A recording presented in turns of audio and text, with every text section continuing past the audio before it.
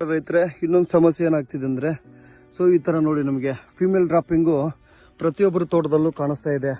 ಏನಾಗಿದೆ ಇದರಲ್ಲಿ ನೋಡಿ, ಪೂರ್ತಿ ಬುಡದಲ್ಲೆಲ್ಲ ಕಪ್ಪಗಾಗ್ತಾ ಇದೆ.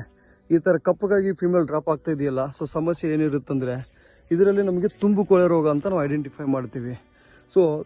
ಈ ಫಂಗಸ್ ಏನ್ ಮಾಡಿರುತ್ತೆ, ಇವಾಗ ನಿಮಗೆ ಮಂಜು ಬೀಳುತ್ತಲ್ಲ, ಮಂಜು ಬಂದ್ಬಿಟ್ಟು ನಿಮಗೆ ತುಂಬಲ್ಲಿ ನಿಂತ್ಕೊಂಡ್ಬಿಟ್ಟಿರುತ್ತೆ. ಇಲ್ಲಿ ನಿಂತ್ಕೊಂಡ್ಬಿಟ್ಟು ಫ್ಲವರ್ ಈ ತರ ಡ್ರಾಪಿಂಗ್ ಆಗಿ ಹೋಗ್ತಾ ಇರ್ತದೆ. ಜಸ್ಟ್ ನೀವು ಕೈ ಹಚ್ಚಿದ್ರೆ ಸಾಕು ಡ್ರಾಪಿಂಗ್ ಆಗಿಬಿಡುತ್ತೆ. ಇದು ಕೂಡ ನಮ್ಮ ಫೀಮೇಲ್ ಸದ್ಯಕ್ಕೆ ಸ್ವಲ್ಪ ಹಿಂಗೆ ಟಚ್ ಮಾಡಿಬಿಟ್ರೆ ಇಮಿಡಿಯೇಟ್ ಆಗಿ ಉದುರೋಗ್ಬಿಡ್ತದೆ. ಅದಕ್ಕೆ ಏನ್ ಮಾಡೋದಿದೆ ನಿಮಗೆ, ಈ ನಿಮ್ಮ ಫೀಮೇಲ್ ಫ್ಲವರ್ ಡ್ರಾಪ್ ಆಗಬಾರ್ದು, ಈ ತರ ನಿಮಗೆ ತೊಂದರೆ ಆಗಬಾರ್ದು ಅಂದ್ರೆ ಪೋಮೋ ಸ್ಪೆಷಲ್ಲು 10 ml ತಗೊಂಡ್ಬಿಟ್ಟು ಒಂದು ಸ್ಪ್ರೇ ಯಾವ ಟೈಮಲ್ಲಿ ಮಾಡ್ಬೇಕಂದ್ರೆ ಅರ್ಲಿ ಮಾರ್ನಿಂಗ್ 6 o'clock.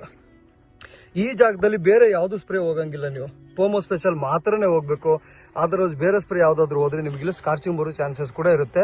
ಅದು ನಿಮಗೆ ಇರುವಂತ ಕನ್ಸಲ್ಟೆಂಟ್ ಕೇಳ್ಬೇಕು, ಕನ್ಸಲ್ಟ್ ಮಾಡಿಬಿಟ್ಟು ಮಾಡಿ. ನೀವು ಈ ತರ ಫಿಮೇಲ್ ಬರ್ಡ್ ಉಳಿಸ್ಕೊಬೇಕು, ಅದನ್ನ ಸೆಟ್ಟಿಂಗ್ ಮಾಡ್ಕೊಬೇಕು, ಅದನ್ನ ಪಾಲಿನೇಷನ್ ಮಾಡಿಸ್ಕೊಬೇಕಂದ್ರೆ ನೀವು ಈ ತರದ್ದು ಸ್ವಲ್ಪ ಸ್ಪ್ರೇಗಳು ಹೋಗ್ತಾ ಇರಬೇಕು. ಅರ್ಲಿ ಮಾರ್ನಿಂಗ್ 6 ಗಂಟೆ, ಅರ್ಲಿ ಮಾರ್ನಿಂಗ್ 6 ಗಂಟೆ 10 ml ಪೋಮೋ ಸ್ಪೆಷಲ್ ಹಾಕೊಂಡ್ಬಿಟ್ಟು ಒಂದು ಸ್ಪ್ರೇ ಚೆನ್ನಾಗಿ ಕೊಡಿ. ನೀವು ಇದು ಯಾವಾಗ ಕೊಡ್ತೀರಂದ್ರೆ ಯಾವಾಗ ಮಂಜು ಬೀಳುತ್ತಲ್ಲ ಆ ಟೈಮಲ್ಲೆಲ್ಲ ಈ ಸ್ಪ್ರೇ ಕೊಡ್ತಾ ಇರ್ಬೇಕು ನಿಮಗೆ.